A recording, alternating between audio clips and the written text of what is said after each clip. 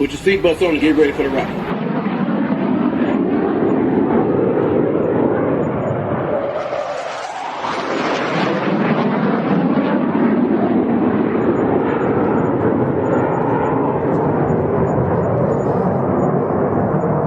We're the freaking New York Jets, so we're built for this shit.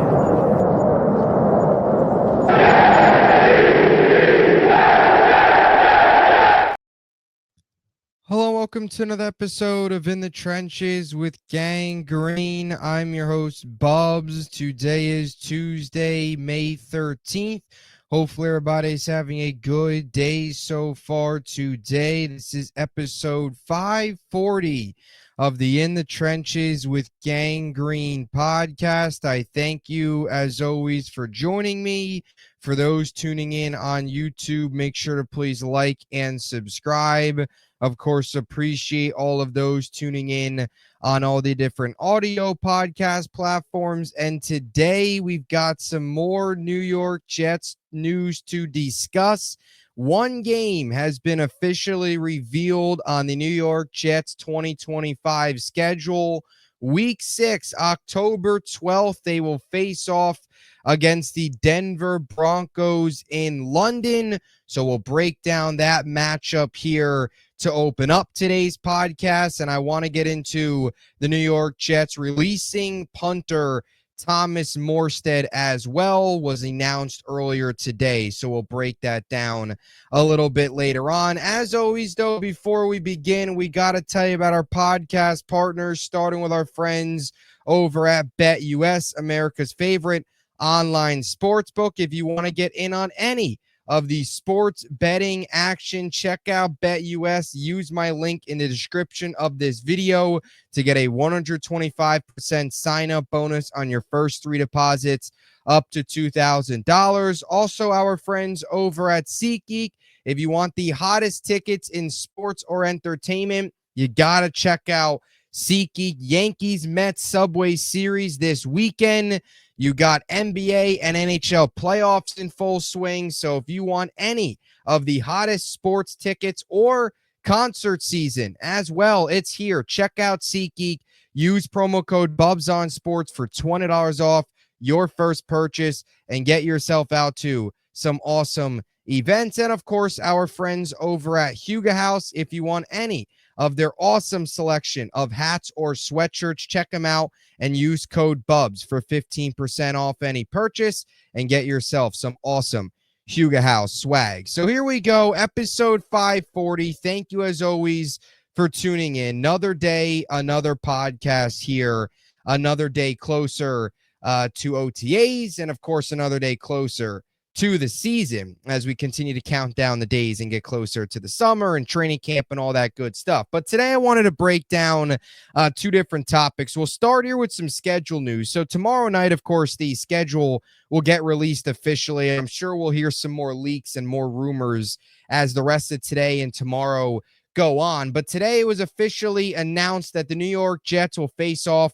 against the Denver Broncos in London in week number 6, October 12th. So it'll be the second consecutive year that the Jets will play in London. Of course, last year they lost to the Minnesota Vikings, and this will count as a home game. So essentially, the New York Jets will only have 8 actual home games at MetLife Stadium, their 9th being here in London. And another matchup here against the Broncos. And when all of us saw the Broncos back on the New York Jets opponents list, shouldn't come as much of a surprise at this point because these two teams have seen a ton of each other. I want to just break down some of the numbers and how much the Jets and Broncos have actually played against each other really over the last 5-6 years and even longer than that. But to break it down, this will now be the 6th straight season that the New York Jets face the Denver Broncos. They have seen each other over the last 5 years. This year will be the 6th in a row. Since that point, dating back to 2020, the Jets are 2-3 over those 5 straight matchups. And it doesn't even stretch that far. Even going a little bit further back, going back to 2017, the Jets over the last 8 years have played the Broncos in 7 of the past 8 seasons, going back to 2017, the only year that the Jets haven't played the Broncos since 2017 is 2019. So this year will mark 8 of the last 9 years that these two teams will face off, dating back to 2017. The last 7 matchups, Jets are 3-4, so we'll look to even it up there at 4-4 in this one since 2017. But that's what happens when you finish in the same spot in the division every single year. You're going to see a lot of each other. It's almost turned into a point where they're like a half division opponent, where they see each other once every single year. That's where we've gotten with the Jets and Broncos. And here again, we'll see both of these teams, this time it being across the pond. And from a Jets perspective, the last time they won a game in London, you'll have to go all the way back to 2015. The last time this team finished above 500, Jets defeated the Dolphins 24-17. And the last time that the Broncos played in London, you'll have to go back a couple years. Russell Wilson's first season with the team, 2022, they defeated the Jaguars. So it's just some history, just some nuggets there that I wanted to give out to you guys in terms of this matchup. Last year, of course, the Jets lost to the Broncos in this one, 10-9. That, in myself and many others, feel like that was sort of the nail. That was like the end of the season in a way. Like ever since that loss, everything went downhill for the New York Jets. They were 2-1, had 10 days to prepare. They lose that game 10-9 in what was a sloppy, disgusting, raining day at MetLife Stadium. Greg Zuerlein misses the chance to game-winning field goal from 50 plus. Next week, you go to London, lose to Minnesota, you then fire Saleh, and the rest of the season was a complete disaster, of course, finishing 5-12. So hopefully this year, week 6, a little bit of a different scenario, a little bit of a different set of circumstances. Hopefully the Jets can win a game in London and not make it 3 straight losses across the pond. Hopefully they can be in a spot at this point in the season at week number 6 where they're still relevant and they're playing good football. Let's not go into this matchup 1-4 trying to save our season that early. Let's go into this matchup with some positivity, hopefully, and come out of it with some positivity, unlike last year where it felt like the season died the minute Greg Zuerlein missed that kick. Something went wrong from that minute they walked off the field against the Patriots 2-1 to when they walked off the field against the Broncos at that point 0-2 with a rookie Bo Nix who was struggling. So we'll see what takes place this year. But look, some connections in this game. You got Darren Muji against his former team. You'll have Sean Payton against, or you have Aaron Glenn against Sean Payton. Glenn not only played under Payton, but also coached with Payton in New Orleans. Chris Banjo as well, Jets special teams coordinator, played under Payton, was also there in Denver with Payton. So lots of Jets, Broncos connections from a front office coaching and even roster standpoint as well in this one to, of course, look for as we sit here in May. And look, the Broncos are going to be should be a playoff team, should be right in the mix to be in the playoffs again this year, assuming Bo Nix is able to take a jump and be a little bit better than he was last year and continue to grow. This is a team that was a surprise, win 10 games, get to the playoffs last year, loaded AFC West. But with that defense, that coaching staff, and a quarterback in year 2 coming off of what was a very promising rookie season, the Broncos are a team that's laying the foundation for consistent success here moving forward after what was a pretty long drought going back to the 2015 team when they took home the Super Bowl. After that, it was a lot of changing of quarterbacks, coaches, all that stuff. It feels like now they've got to finally found a quarterback and a foundation once again. And from the Jets' perspective, you hope the Jets this season can kind of be like what the Broncos were last year. Nobody saw the Broncos getting anywhere last season. Nobody, especially after they started 0-2. Nobody saw the Broncos going anywhere, and they turned the season around. A little bit of a different set of circumstances because the Jets don't have a rookie quarterback. But if you're asking for Justin Fields to take a jump, and if he plays well, that'll certainly be a surprise. And Bo Nix playing as well as he did was certainly a surprise as well. So only time will tell. Of course, it is a week 6 matchup. A lot can happen between now and week 6. We know how it goes every single year. You look at the schedule in May, and you look at opponents that you think could be favorable opponents that are tough, and every single year you look at it in May and you view it that way, and then once you get to the actual season, it's a completely different story. So a lot can happen between now and then, but that's your week 6 matchup in London. So that's the first part of today's podcast. I also want to break down some breaking news that we got earlier today out of Jetland, and that is that they are releasing Thomas Morstead. So I wanted to play this quick clip here, and then we'll break down the move and what's next from a punter standpoint for the Jets. Here was Morstead, released a video a little bit ago about the release on his Instagram page. Here is now former Jets punter Thomas Morstead on his release. Yo, down here in New Orleans, getting it in at Tulane Yeoman Stadium. Just got a call from the Jets that they're moving on from me. Just wanted to say thank you to all the fans, all the coaches that I worked with over the past few years, the teammates. It's been awesome. Had a great experience. Disappointed to be moving on and disappointed how it went down. But it's just the way it goes in this business.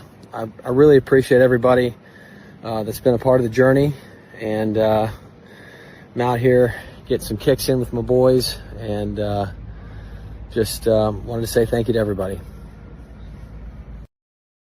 So that was Morstead on the news earlier today that the Jets are moving on from him. Look, I'll say this. Morstead was it was a really likable and a really solid Jet.